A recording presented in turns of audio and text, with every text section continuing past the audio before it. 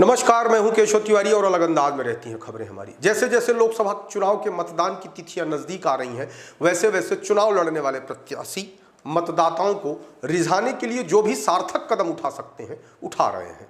सतना लोकसभा में लड़ने के लिए तो कई प्रत्याशियों ने अपना नामांकन दाखिल किया है, लेकिन उन तमाम प्रत्याशियों को लेकर सतना की जनता गंभीर नहीं है। मुख्य मुकाबला 3 लोगों के बीच में ही माना जा रहा है। भारतीय जनता पार्टी ने 4 बार के सांसद गणेश सिंह को अपना प्रत्याशी बनाया है। बीते 20-25 वर्षों से गणेश सिंह सतना लोकसभा क्षेत्र से बखूबी वाकिफ है।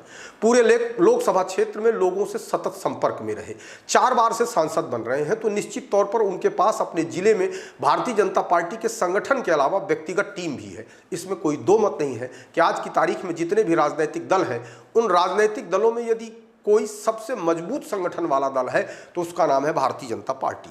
भारतीय जनता पार्टी का लोहा विरोधी दल के लोग भी मानते हैं। इसके अलावा कहीं ना कहीं तमाम पक्ष विपक्ष की बात करने के बाद अधिकांश लोग यह भी मानते हैं कि नरेंद्र मोदी की सरकार ने देश की मान मर्यादा प्रतिष्ठा बढ़ाने का काम तो अवश्य किया है।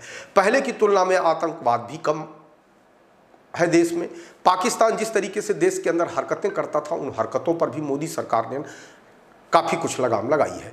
ऐसी तमाम बातें हैं जिनके चलते हिंदी भाषी क्षेत्रों में भारतीय जनता पार्टी के प्रति लोगों का रुझान स्पष्ट रूप से तो नहीं, लेकिन गोपनीय तौर पर चर्चा के दौरान लोग अपनी भावनाएं व्यक्त कर देते हैं। इसके अलावा मोदी की गारंटी, गरीबों को मुफ्त अनाज, मुफ्त आवास, उज्ज्वला योजना, किसानों को सम्मान निधि, इन सारी योजनाओं का भी कहीं न कहीं जनता के बीच में असर देखा गया है।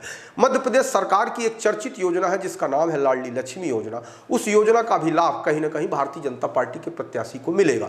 हालांकि इस संबंध में तमाम लोग अपनी यह दलील दे सकते हैं कि यह सारी योजनाएं विधानसभा चुनाव के दौरान भी थी, तो आखिरकार गणेश सिंह विधानसभा चुनाव क्यों हार गए। विधानसभा चुनाव प्रदेश में सरकार बनाने को लेकर होते हैं और लोकसभा चुनाव देश की सरकार को बनाने को लेकर होते हैं।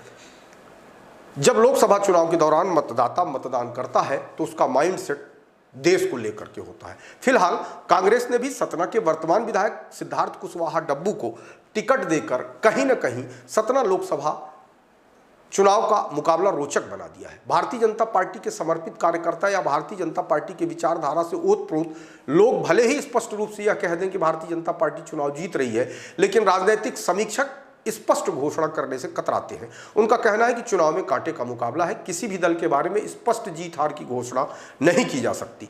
कांग्रेस के प्रत्याशी सिद्धार्थ कुशवाहा सतना विधानसभा से दूसरी बार चुनाव जीत चुके हैं।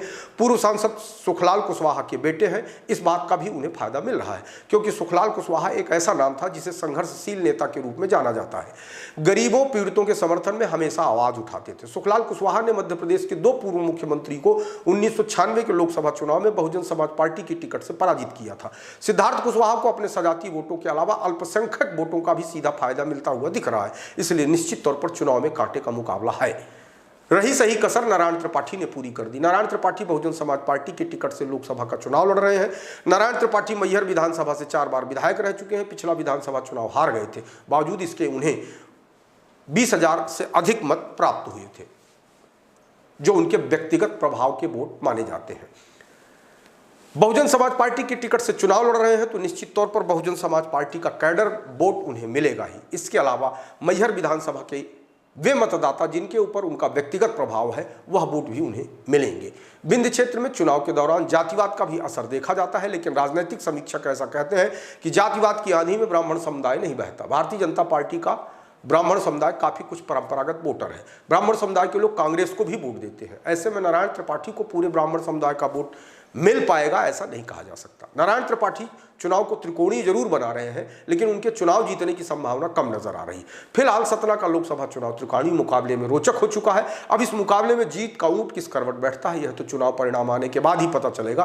फिलहाल कांग्रेस और भारतीय जनता पार्टी के कार्यकर्ता अपने अपने प्रत्याशियों की जीत के प्रति आश्वस्त देखे जा रहे हैं। आपको हमारी खबरें कैसी लगती हैं कमेंट बॉक्स में आके कमेंट कर सकते हैं, लाइक कर सकते हैं, शेयर कर सकते हैं। और यदि आप विशाल खबर चैनल को देख रहे हैं और अभी तक विशाल खबर चैनल को सब्सक्राइब नहीं किया है, तो हमारा आग्रह है कि विशाल खबर चैनल को सब्सक्राइब करें, जिससे आपको आगे की अपडेट मिलती रहे।